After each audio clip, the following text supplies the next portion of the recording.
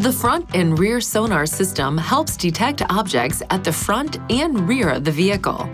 The system is activated when the ignition is in the on position and the vehicle is placed in either the reverse or drive position.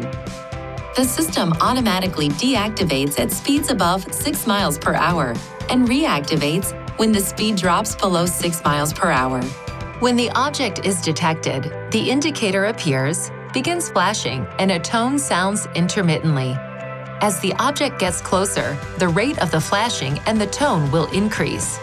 When an object is very close to the vehicle, the indicator turns solid and the tone will sound continuously. When the audible alert is active, use these buttons to disable it. To adjust the sonar settings or enable or disable the system, use these controls to select settings. Driver assistance, parking assist. Then select the setting you wish to change or the system you want to turn on or off. Please see your owner's manual for important safety information, system limitations, and additional operating and feature information.